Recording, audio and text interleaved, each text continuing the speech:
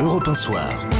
Il est 18h47, Europe 1 Soir continue avec vous, Nicolas Poincaré. Et avec la gueule de l'emploi, l'univers du travail, tous les soirs avec David Abiker. Bonsoir David. Salut à vous Nicolas, bonsoir à vous Olivia. Bonsoir David. Vous nous parlez d'intimité entre collègues de bureau. Eh ben oui, ça va vous concerner aussi puisqu'on est tous bien confinés dans ce studio et dans notre open space à Europe 1. Je vous parle d'intimité sur la base d'une enquête TNS Sofres qui vient de sortir sur le vivre ensemble au boulot. Il en ressort que cette vie commune au travail, eh bien il y a des plus et des moins, il y a des avantages, des inconvénients. Je commence par les avantages. Ce que nous aimons au bureau, ce sont les rituels. Les rituels de se vivre ensemble, c'est les habitudes. Ça nous rassure d'autant plus que le monde du travail change de plus en plus vite. Donc nous aimons le petit café du matin avec les collègues, 62%. Oui. Vous dites oui.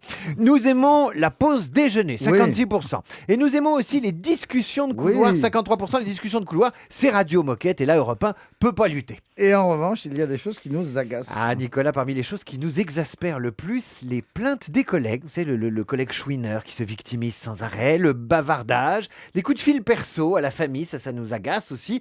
Le collègue qui se plaint sans arrêt, mais surtout, nous dit TNS Sofres, les collègues dont l'odeur corporelle nous incommode.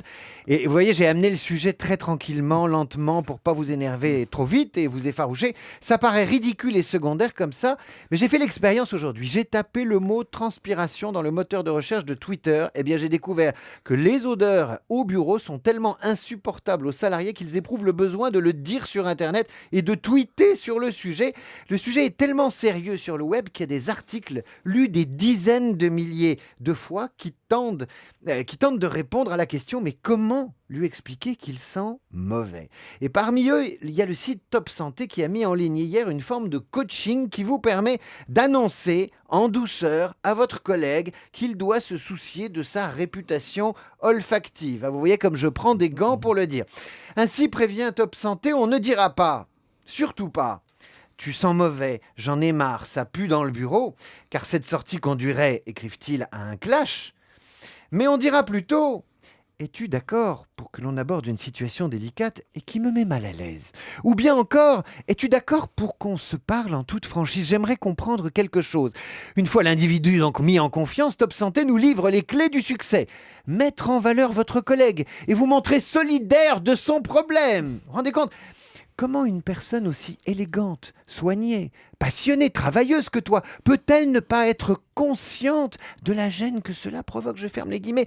Alors on se croirait dans une série américaine, mais non, ce sont les conseils de Top Santé. Le problème, c'est que ça peut ne pas marcher. Et dans ce cas, moi j'ai un conseil à vous donner, c'est le suivant. C'est vendredi, le week-end, fuyez ! David Abiker, David, il faut que je vous parle. Une question délicate que j'aimerais aborder avec vous. Nicolas Canteloup.